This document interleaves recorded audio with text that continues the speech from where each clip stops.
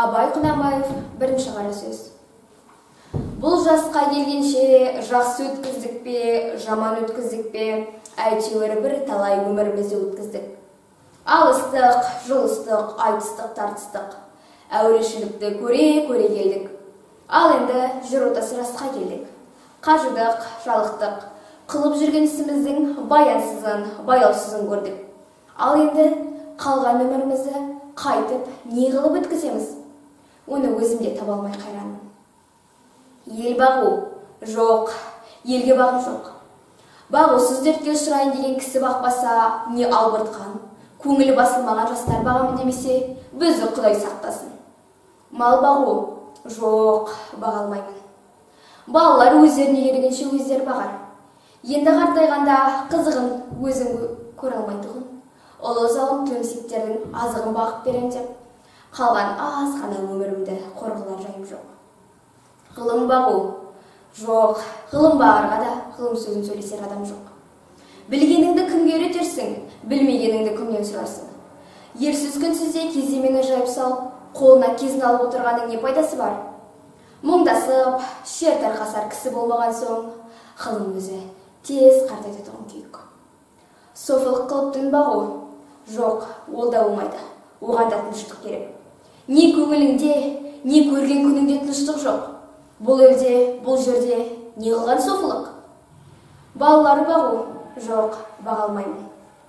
Балалар едім, қалайша бағудың мәнісін білмеймін. Не болсын деп бағам, қай елге қосайын, қай қаракетке қосайын, оны да ермек қыла алмадым.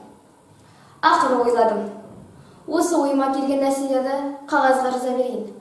Ақ қағаз бен қара сәні ермек қылайын. Кімде-кім ішінен керекті сөз тапса, жазып алсын, я оқысын. Керегі жоқ десе, өз сөзім өзіме дедім де, ақыры осыған байладым. Енді бұдан басқа ешбір жұмысым жоқ.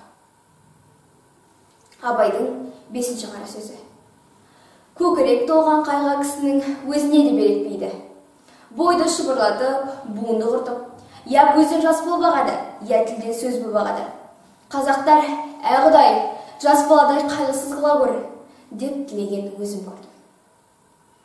Онысы жас баладан көрі өзін есті кісі санап, ескермес нәрсесі жоқсып, қайғылы кісі болған саны. Қайғысы не десең, мақалдарынан танырсың. Әуелі түсті өмірің болса, күндік малыңды жый. Өзіңде жоқ болса, әкеңде жат. Мал адамның бауыр еті. Ер азығымен бұр азығы жолда.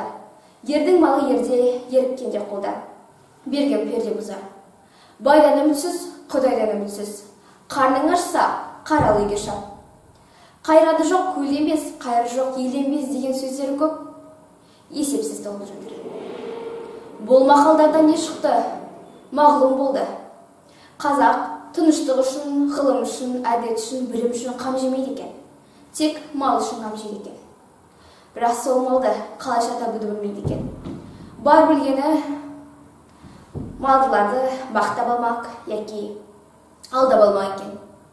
Малды болса, әкесін жаулап алуды да ят көрмейді екен. Әйтеуір ұрлық, қулық, сұмдық, соған ұқсаған қылықтардың қайсысы болса да қылып жүрсе, жазалы демесек керек екен. Бұлардың жас баланың ақылдан несі артық? Бірақ жас бала қызыл ошақтан қорқушы еді. Бұлар тозақтан да қорықпайды екен.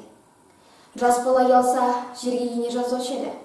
Бұлар неден болса да ұялмайды екен. Сол ма артылғаны?